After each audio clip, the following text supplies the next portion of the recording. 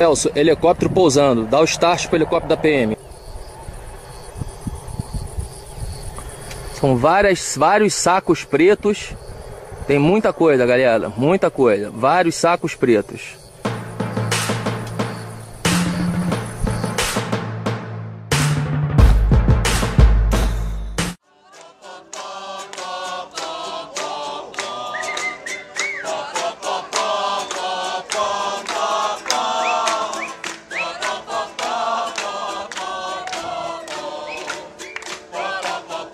A Polícia Federal e a Polícia Militar do Espírito Santo divulgaram que no dia 24, divulgaram no dia 25, uma segunda-feira, que na véspera tinham feito uma apreensão de 445 quilos de pasta base de cocaína que tinham sido transportados por um helicóptero. Aí a grande surpresa da ocasião foi que se soube que esse helicóptero pertencia ou pertence à família Perrella. Os políticos envolvidos são políticos importantes em Minas Gerais, são políticos conhecidos pelas ligações que têm com uma pessoa que se apresenta hoje como candidato a presidente da República. Define uma palavra, cruzeiro. Uma palavra só. Paixão. Dinastia. Perrella? Aécio Neves. Amigo. O helicóptero do deputado Gustavo Perrella, filho de Zezé Perrella, saiu do Paraguai, fez um pouso em hotel fazenda de luxo em Jarinu, interior de São Paulo, onde deixou uma parte da droga, e no dia seguinte pousou em uma fazenda em Afonso Cláudio, Espírito Santo, onde houve o flagrante. Foram presos o piloto Rogério Almeida Antunes, funcionário da Assembleia Legislativa de Minas Gerais, o copiloto Alexandre José de Oliveira Júnior, o empresário Robson Ferreira Dias e o jardineiro Diélio Rodrigues. É a segunda maior apreensão de droga lá do Espírito Santo, uma das maiores que já houve no Brasil, de quase meia tonelada de pasta base de cocaína. Ihu! Estilo tu é doido, maluco. Essa investigação, vou dizer, é uma pena que ela acabou, que a Polícia Federal fez questão de livrar todo mundo, que o procurador saiu, mas o maior prejuízo é que ela realmente poderia contar melhor a história do tráfico no Brasil. Será que tem muita droga aí, meu irmão? Tem. A gente vai lá, precisa fazer um copy. Há uma tendência muito grande do processo ser anulado. E ele sendo anulado, o helicóptero perde a razão de ser. É como se não tivesse havido esse tráfico. Nos dias seguintes ao da apreensão, ao da divulgação pela Polícia Federal, os fatos foram todos jornalisticamente, os fatos divulgados, jornalisticamente muito relevantes, surpreendentes. Então você descobre que o piloto ele era funcionário da Assembleia Legislativa de Minas Gerais. O próprio deputado autorizou o transporte, dizendo que não sabia do que se tratava, mas autorizou que se fizesse esse transporte. Aí começa a ter algumas informações não confirmadas de que a cocaína teria vindo do Paraguai e iria para a Europa. Então torna essa apreensão ainda mais, vamos dizer assim, relevante do ponto de vista criminal, porque é tráfico internacional. Mas a imprensa em geral, ou a imprensa, a chamada grande imprensa, não deu bola para isso. Não deu bola. Ela tentou esconder o caso, esconder rapidamente, falava muito pouco, não falava muito das ligações políticas do senador Zezé Perrella. Não houve divulgação na mídia impressa, por exemplo, ou na televisão da liberação dos traficantes. Uma liberação feita no dia em que eles prestariam o depoimento ao juiz. O juiz não quis ouvir o depoimento. Poderia ter ouvido o depoimento e liberado depois, mas não. Antes que a audiência começasse, ele veio com a decisão de que não iria ouvi-los. O procurador, então, ele simplesmente abandona o caso, insiste para abandonar o caso e diz o seguinte: olha, eu não posso porque agora eu sei de fatos, ouvi coisas que me fazem testemunhas de defesa dos traficantes. Então é uma coisa absurda, entendeu? A pessoa sai da condição de acusador para ser testemunha de defesa dos traficantes. Você imagina, por exemplo, um outro caso famoso, o caso do Mensalão.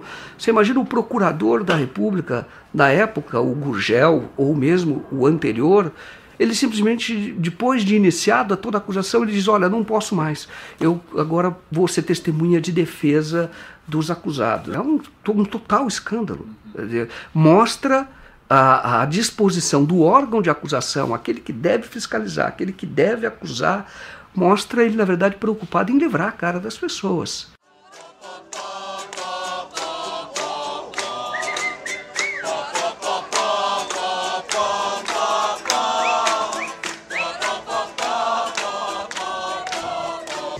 Várias investigações em curso, com provas, inclusive, sobre a relação dessa família Perrella, tanto o Gustavo como o Zezé, com várias ações ilícitas. E isso já é, sim, material suficiente para abrir uma investigação, uma CPI, aqui nessa casa, para poder investigar isso. A questão da carne adulterada com água congelada, ela não é mais falada em canto nenhum.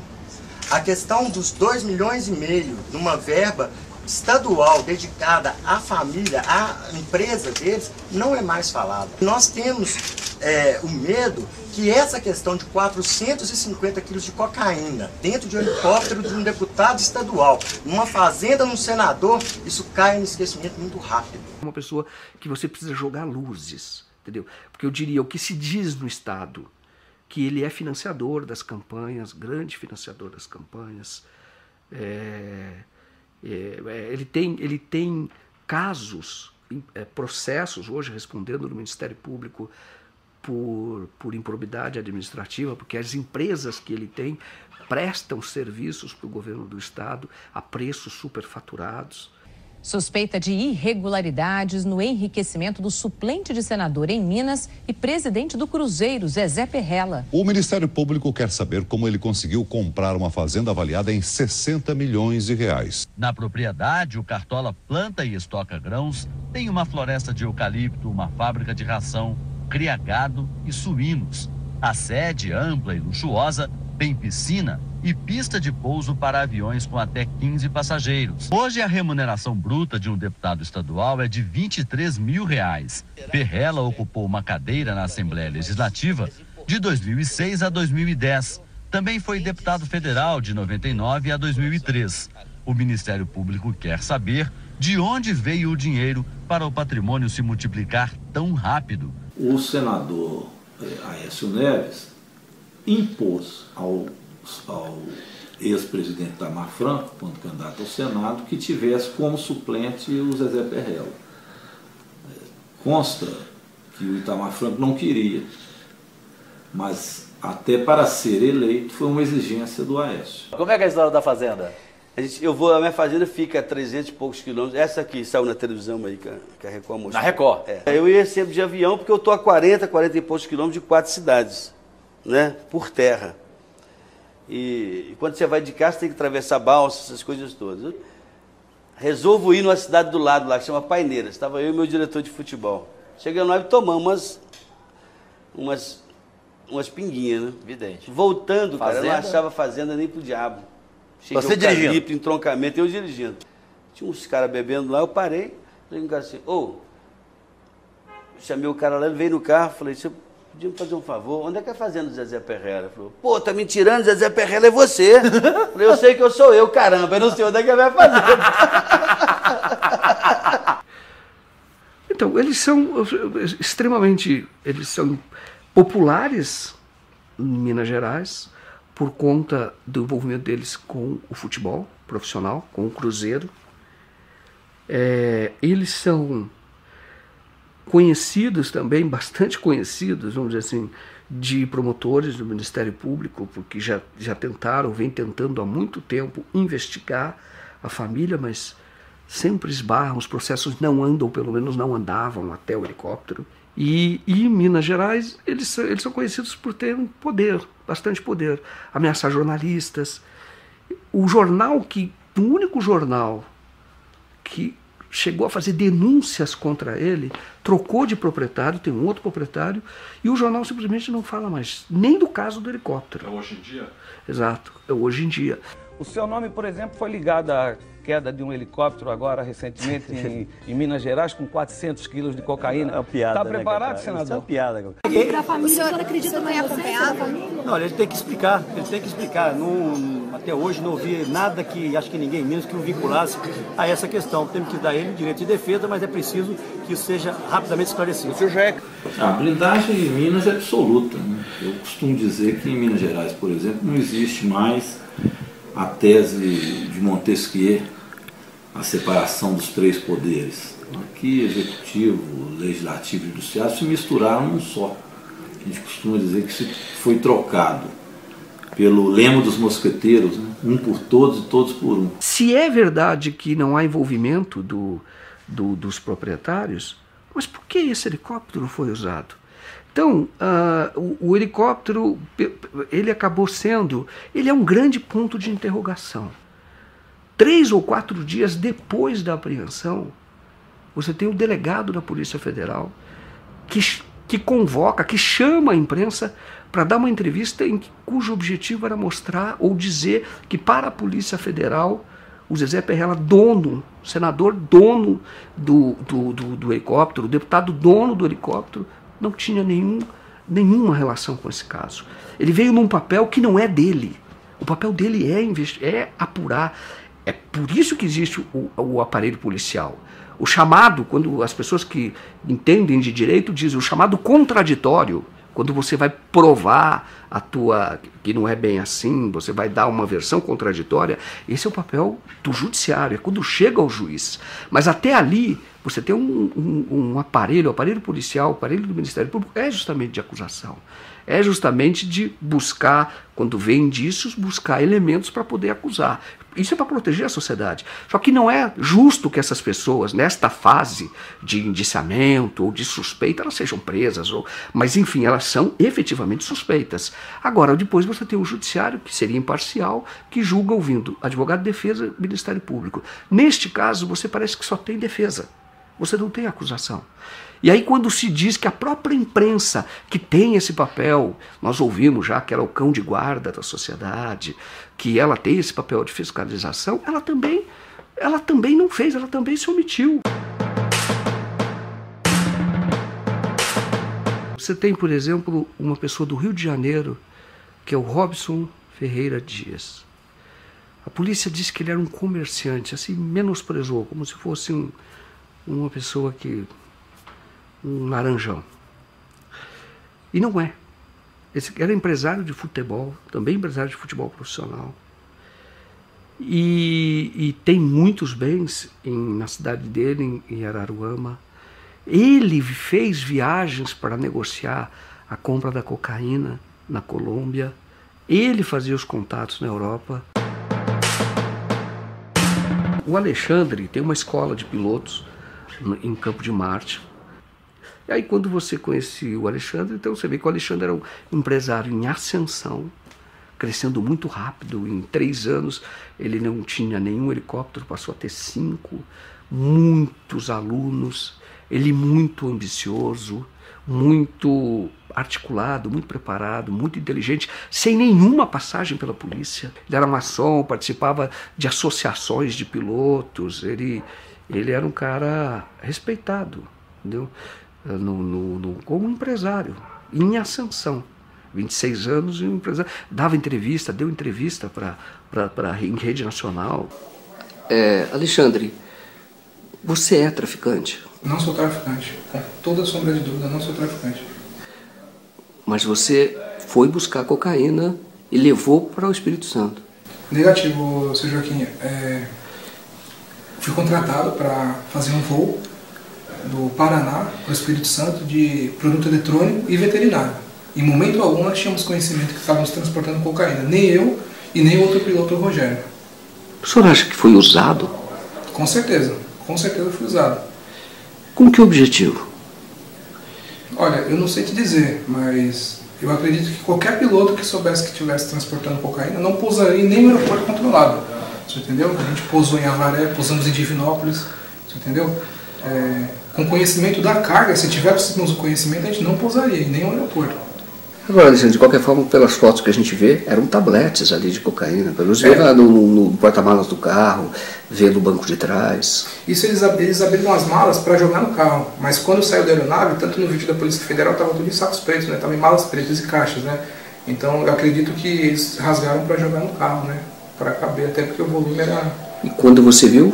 Aí a gente se desesperou, tanto eu como o Rogério, né? Os dois correram para abastecer. Só que aí então a aeronave já tinha sido desligada, né? Se a gente tivesse conhecimento, a gente não ia desligar. A aeronave não precisa ser desligada para abastecer. A gente poderia abastecer. Se a gente tivesse conhecimento do que era, a gente ia abastecer a aeronave acionado. A gente cortou a aeronave, desceu, foi buscar o combustível. Ninguém estava... em momento algum a gente tinha ciência do que se tratava. Só quando eles começaram a abrir. Aí bateu o desespero. Só que quando a gente viu o que era, já começou a chegar a polícia, né? Agora, Alexandre, tem uma mensagem que é trocada por o piloto, pelo Rogério, com o primo dele, em que ele diz que estava transportando coca. E tira até uma foto. E transmite uma foto. Eu não tive acesso a isso, eu não vi. O que eu posso garantir é que a mercadoria veio toda em malas e caixas fechadas. A gente não tocou em nada, a gente não carregou a aeronave em momento algum. E qual era a linha de defesa do senhor? A nossa linha era justamente isso aí. Que ele não tivesse conhecimento que era droga. Seria isso aí tentar saber que ele é primário, a pessoa que nunca se envolveu com crime. É um empresário. Para nós foi surpresa também. O que o senhor acha que vai dar esse processo? A justiça tem que decidir. Esse processo, sob a minha ótica, está nulo. A prova ilícita não tem valor algum. Por que São Paulo, que tem a maior frota de helicópteros do mundo, e esse piloto que nos deu entrevista, foi ele que articulou o transporte? Então foi ele que trouxe um helicóptero de Minas Gerais para fazer esse transporte. Teoricamente foi ele que trouxe. Mas por que ele precisava trazer de Minas, se aqui em São Paulo tem tanto helicóptero? Ele próprio tinha 5 helicópteros. E ele é o menor nessa cadeia. Você percebe que ele recebe ordens. Quando você vê a investigação, eles falam todos em códigos, com apelidos. Ele é subalterno. A descoberta foi da polícia, esteve lá, só que ela não valorizou isso dentro do processo.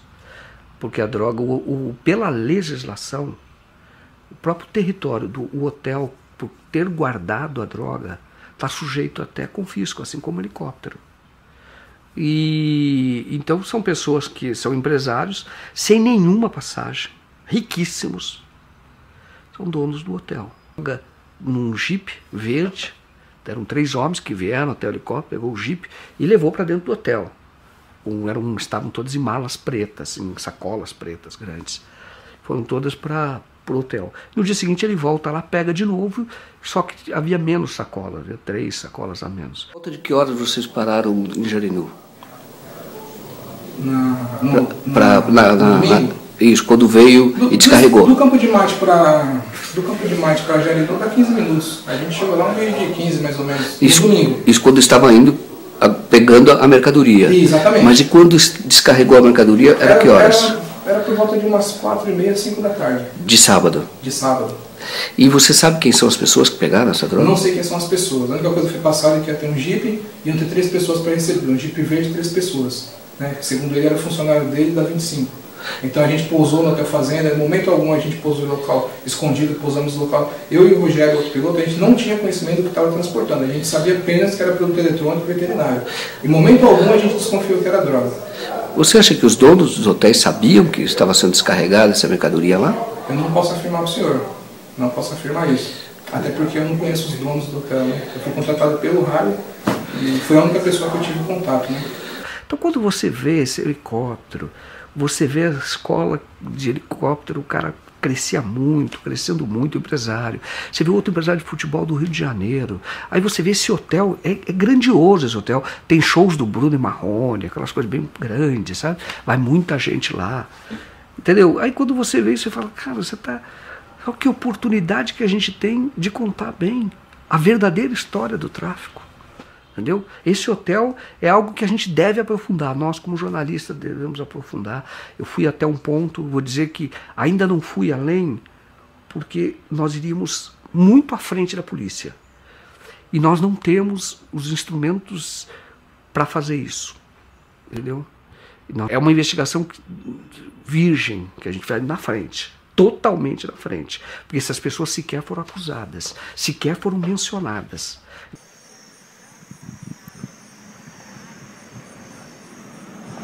Afonso Cláudio, ela vive assim. Afonso é uma cidade pequena, uma cidade de 30 mil habitantes, de atividade agrícola assim, intensa, cidade de morros. E de repente um helicóptero aparece lá, de um senador de um outro estado, que para eles Espírito Santo é um estado muito pequenininho, eles veem Minas Gerais como uma potência, entendeu? Uma grande potência. Então vem de lá com quase meia tonelada de cocaína, de pasta à base de cocaína. O próprio juiz com quem eu conversei longamente, ele recebeu a visita da DEA, agentes americanos, justamente para dizer, primeiro, o Brasil é a porta de entrada de droga para a Europa. Segundo, o Espírito Santo, o Porto do Espírito Santo, é muito usado por isso. Meia tonelada de pasta base, que custa, na ponta inicial do tráfico, as pessoas falam entre 4 e 6 milhões. E que você pode render lá fora, depois que você faz a mistura, uma cocaína de qualidade na Europa, as pessoas falam que renderia pelo menos 50 milhões. A investigação mostra isso, que eles tinham contato com uma pessoa chamada Jimmy, que era de Amsterdã, e eles estavam negociando o envio para lá de convites, eles chamam convites.